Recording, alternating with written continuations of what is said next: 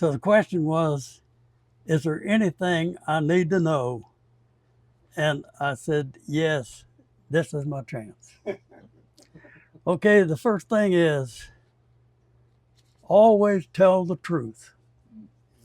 And you may think that's strange saying that to spiritual religious people and whatever, but it's not strange. People are inclined inherently to shade what they don't want to tell and whatever. But the whole truth is, you don't have to answer people's questions. You don't have to answer any inquiry that you don't want to answer, and especially not to try to give them an answer and shade the truth to suit the case for whatever it may be. Now, I don't know about you guys, but I've been guilty of that. And I think it's human that people do that. And then after you've done it, you think tomorrow, good grief, what did I do? Why did I do that? And whatever. But let me tell you, telling the truth regardless, it's the cheapest you can do is that day that it happens and when the instant is still fresh, just like Jesus said, just yes or no. And if it goes beyond that, then you went beyond yourself because you have to answer then sometime, one way or the other, because you made it an instant and you made it an issue. And so it's coming back.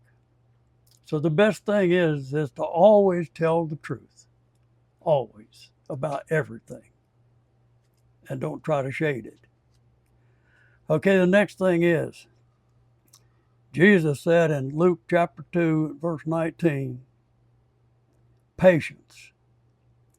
In your patience, you possess your soul.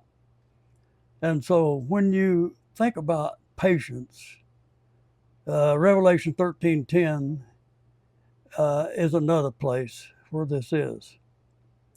But the thing about patience is it has so many consequences about protecting what you have as private and giving you a choice as to whether or not you want to speak or not speak. But if you just blurt out from whatever without ever thinking and whatever and not being patient about things, you make so many problems for yourself that you do this. Not only that, but if you don't have patience as a pastor when you're dealing with people, you're in big trouble. Because you need to think before you speak. You're a person of authority, and these people have come to you for advice. They've come for an example. They've come for a lot of different reasons and whatever.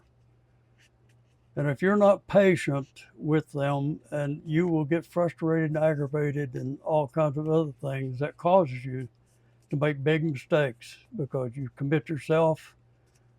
You override whatever one of your questions yesterday about the balance and all. And if you're not patient and think about what these people have asked you to do or what you maybe need to do and whatever, and it's not time because God's timing is not your time. And if you are not patient enough to wait on the Lord and you try to take his place and whatever, you're going to overload yourself so badly that pretty soon it gets to be overbearing and you can't bear it no more. So patience has so many consequences that it's unbelievable. But I'm giving you this so that you can think about this, to be patient. And if you're not patient, to learn to be patient because it's there for you to do that. And again, Jesus said that in your patience, you possess your soul. And that's good for unsaved people too. Just think about it. Because if people are not patient enough to listen and to be instructed and whatever, you just keep drifting and you keep drifting and you keep drifting and whatever. And pretty soon you can't drift no more. And patience is so consequential.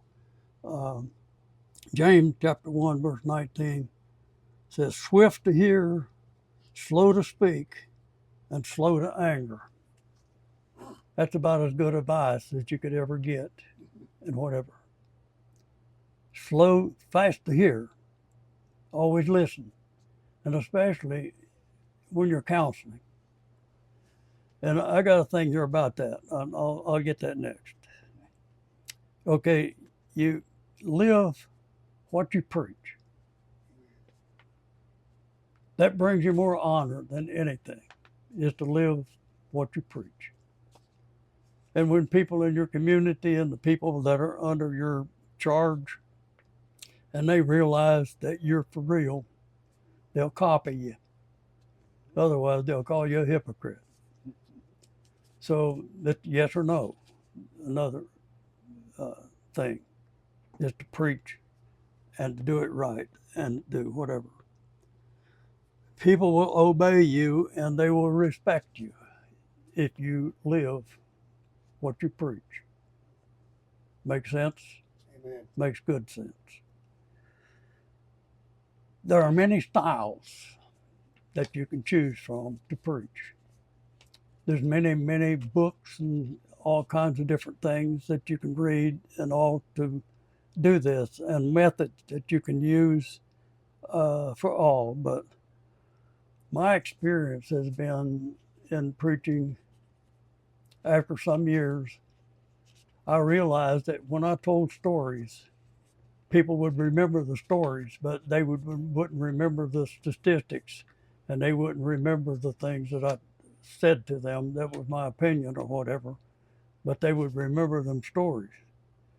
So preaching and including stories to make a point or to inspire people, or they just all kinds of, well, there's so many different kinds of stories that you could tell about handicapped people overcoming and becoming people that's unbelievable human beings. And when they do this under handicap and under stress and whatever, in a wheelchair, some of them with all kinds of different things that they're going through. I remember one time I told about this man named Berg. This man was riding out through Arizona, headed to California with his partner, and they would switch off driving, and they drove night and day, until they get to where they were going. So when he went and let his partner take over, and he went back to sleep and whatever. Next thing he knew, he was laying someplace, and people with white coats and big strong lights and all this kind of thing, and they had had a wreck, and they had took him to the hospital to emergency and all, and then some time had gone by, and his mom was there and all. They had diagnosed him as being a paraplegic, and he would never ever do this, he would never do that, and whatever. And his mama said to him, he said, "Son, the impossible just takes a little longer." So there's the patience again. And this guy at this time that when I told that story, he not only had walked again, he had done all kinds of these things that people said he would never do again. And he was a public speaker, a motivator, been all around the world almost, speaking to different groups of businessmen and some of the most powerful people in the world, And so when people have determination and you have God on your side, there is no limitations as to what you can do. Because Jesus said that if you would ask, you would receive. And so that's my part of that. And then preaching,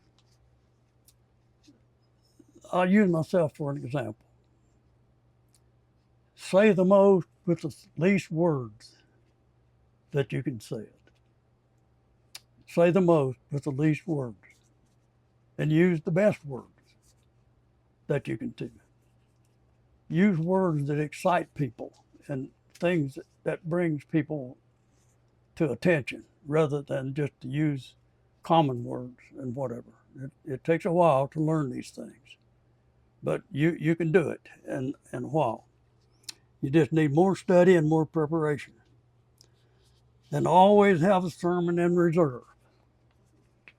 When you are called to be instant, in season, out of season, and whatever, you just may be asked to preach anywhere. And I've already been there and whatever, but you keep a sermon all the time, and keep a list of sermons in your Bible front there someplace that will make a sermon. Some of these, like Luke chapter 4 and verse 18, that's one of my favorites, where Jesus said that the Spirit is upon me, that He's called me to preach and heal the brokenhearted, and all those kind of things. There's about 4 or 5 things there that it's a sermon ready made. And so, but there's lots of them. Like in Ephesians chapter 2, I believe it is, the reason that God saves us to begin with, and different things like that. Just to keep it ready all the time so that you're in season, out of season, and all the time that you can preach. Okay, and for myself now, I always like to start with a funny story or a joke, or maybe to read something that I told you I was going to read from yesterday. I think I do have that. And let me get this out of here. Yeah. The obituary of the late Mr. Common Sense. Did you get that? Love it already. Okay. It takes a little bit to read this, but it's worth listening to. Today we mourn the passing of a beloved old friend, Common Sense, who'd been with us for many years. No one knows for sure how old he was, since the birth records have long ago been lost in bureaucratic red tape. He will be remembered as having cultivated such valuable lessons as knowing how to get in out of the rain, why the early bird gets the worm, life is not always fair, but maybe it was somebody else's fault. Common Sense lived by simple and sound financial policies. Don't spend more than you earn. And reliable strategies like adults are not children, they're in charge.